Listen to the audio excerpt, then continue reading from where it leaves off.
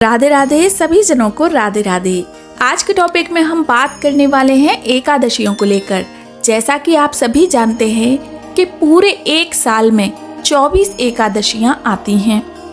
जिस समय लौंद का महीना आता है या जिसे हम अधिक मास कहते हैं, अधिक मास आता है, उस समय 2 एकादशी और बढ़ जाती हैं, तो पूरी कुल मिलाकर 26 एकादशी हो जाती हैं। अब 26 एकादशियों में से 4 एकादशी पूरे साल में आती हैं, वो सबसे बड़ी एकादशी होती हैं। उनमें से एक एकादशी होती है देवोत्थान एकादशी। देवोत्थान एकादशी बड़ी ही शुभ और फल प्रदायनी, मोक्ष प्रदायनी होती है। 4 बड़ी एकादशियों में माघ में आने वाली षटतिला एकादशी, दूसरी आंवल की एकादशी, तीसरी निर्जला एकादशी और चौथी देवोत्थान एकादशी, ये 4 एकादशियां सबसे बड़ी होती हैं। 4 एकादशियों में से आप किसी भी एकादशी से व्रत आरंभ कर सकते हैं। जो भी व्यक्ति एकादशी का व्रत आरंभ करना चाहते हैं, 4 एकादशियों में से किसी भी एकादशी से व्रत आरंभ कर सकते हैं। अगर आप सभी एकादशियों का व्रत करते हैं, जैसे साल में 24 एकादशी आती हैं और 24 एकादशियों का व्रत आप रखते हैं, तो हर एकादशी पर ब्रह्म मुहूर्त में ही जागना चाहिए, ब्रह्म मुहूर्त में ही स्नान करना चाहिए और सच्चे हृदय से भगवान विष्णु की आराधना करते रहना चाहिए। सारा दिन मन ही मन स्मरण करते रहना चाहिए। लेकिन कार्तिक मास में जो लोग कार्तिक मास में कार्तिक के पूरे महीने ब्रह्म मुहूर्त में जाग नहीं पाते हैं, स्नान नहीं कर पाते हैं, दीपदान नहीं कर पाते हैं, कोई भी शुभ कार्य नहीं कर पाते हैं, किसी कारणवश उनसे यह कार्य नहीं हो पा रहे हैं, तो वो कार्तिक के आखिर में देवोत्थान एकादशी से लेकर पूर्णिमा तक ये 5 दिन ब्रह्म मुहूर्त में जाग जाएं, स्नान करें, भगवान विष्णु की सच्चे हृदय से पूजा आराधना करें, दीपदान करें। तो शास्त्रों में वर्णन है कि इन 5 दिन जो व्यक्ति ये सब शुभ कार्य करता है, तो उसे पूरे कार्तिक के महीने का फल प्राप्त हो जाता है। भगवान विष्णु की आराधना करके उनको अच्छे अच्छे व्यंजन बनाकर खिलाएं, भोग लगाएं, दीप जलाएं, सुगंधित धूप जलाएं, भगवान को प्रसन्न करें। कहा जाता है देवोत्थान एकादशी के दिन तुलसी विवाह बड़े धूमधाम से करना चाहिए और जिनके घर में बेटियां नहीं हैं, वह तुलसी विवाह कर सकते हैं। तुलसी विवाह करने से उन्हें कन्यादान का फल प्राप्त होता है। एकादशी का व्रत दशमी तिथि से ही शुरू हो जाता है। दशमी तिथि से ही इसके नियमों का पालन शुरू हो जाता है। एकादशी में हमें कौन कौन से काम नहीं करने चाहिए, ये जानकारी हमें अवश्य होनी चाहिए।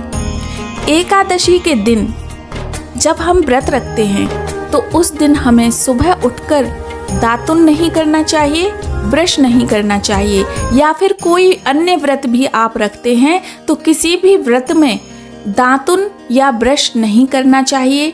व्रत से एक दिन पहले शाम को खाना खाने के बाद ब्रश करें, दातुन करें, पूरे मुंह को क्लीन करके सोना चाहिए और सुबह व्रत वाले दिन मॉर्निंग में अपने मुंह को कुल्ला करके साफ करना चाहिए। 3 बार आचमन करना चाहिए, लेकिन ब्रश या दातुन नहीं करना चाहिए। दूसरा, व्रत वाले दिन किसी भी शैम्पू या साबुन से स्नान नहीं करना चाहिए। नहाने के पानी में हल्दी, गंगाजल आदि चीजें होती हैं, वो आप डालकर स्नान कर सकते हैं। एकादशी के व्रत में सरसों के तेल से शरीर पर मालिश नहीं करनी चाहिए, ना ही वो तेल बालों में लगाना चाहिए। एकादशी के दिन सारा दिन भगवान का स्मरण मन ही मन चलते रहना चाहिए, तभी व्रत फलदायी होता है। हमारे सनातन धर्म में प्रत्येक तिथि किसी देवी देवता को समर्पित होती है। इसी तरह मासिक कृष्ण और शुक्ल पक्ष की एकादशी तिथि पालनकर्ता भगवान विष्णु को समर्पित है। यह दिन भगवान विष्णु और माता लक्ष्मी को प्रसन्न करने के लिए बहुत ही शुभ दिन माना जाता है। कार्तिक माह की शुक्ल पक्ष की एकादशी को देव उठनी एकादशी के नाम से जाना जाता है। वैसे यह एकादशी 12 नवंबर को है। 2024 12 नवंबर को यह एकादशी मनाई जाएगी।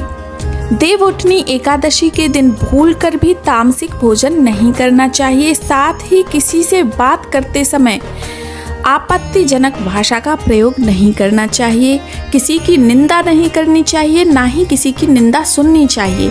इसलिए कहा जाता है, हमारे सनातन धर्म में जो बड़े बड़े संत हैं वो इसीलिए कहते हैं कि एकादशी के दिन मौन रहना चाहिए, घर में रहना चाहिए, किसी का खाना नहीं चाहिए, किसी से अधिक वार्ता नहीं करनी चाहिए। अगर वार्ता करनी भी पड़ जाए तो सिर्फ भगवान के विषय में वो वार्ता होनी चाहिए, सत्संग होना चाहिए, लेकिन फालतू की गपशप नहीं होनी चाहिए। एकादशी के दिन सारा दिन भगवान का नाम स्मरण ही मन चलते रहना चाहिए। तुलसी के पत्ते नहीं तोड़ने चाहिए।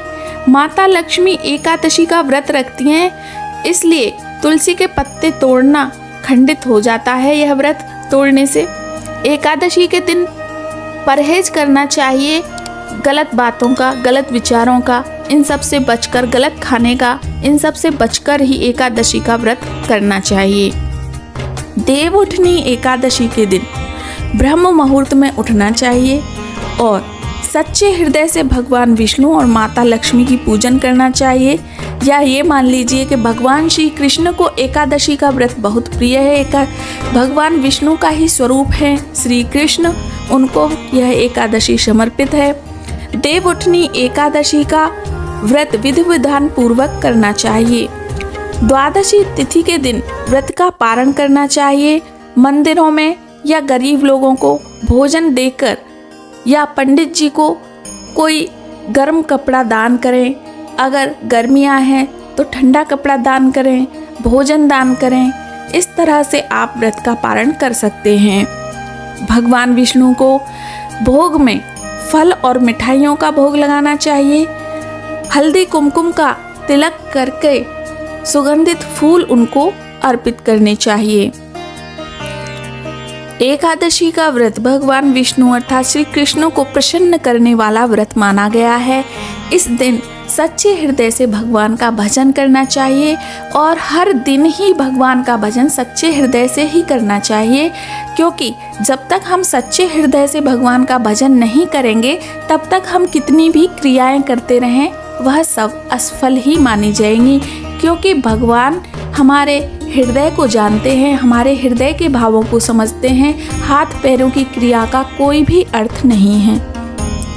इसलिए जितना हो सके एकादशी के दिन भगवान का भजन करें, कीर्तन करें, सत्संग करें। और दीपदान का तो विशेष महत्व है। कार्तिक के महीने में कल देवोत्थान एकादशी है 12 नवंबर को, तो जितना हो सके दीपदान करें, तुलसी विवाह करें, अच्छे अच्छे पकवान बनाकर भगवान को भोग लगाएं और मिठाइयों का भोग लगाएं, फल का भोग लगाएं। कई जगहों पर अन्न का भोग भगवान को नहीं लगाते हैं और कई जगहों पर लगाते हैं। अपनी अपनी मान्यता के अनुसार इस व्रत का पालन करें।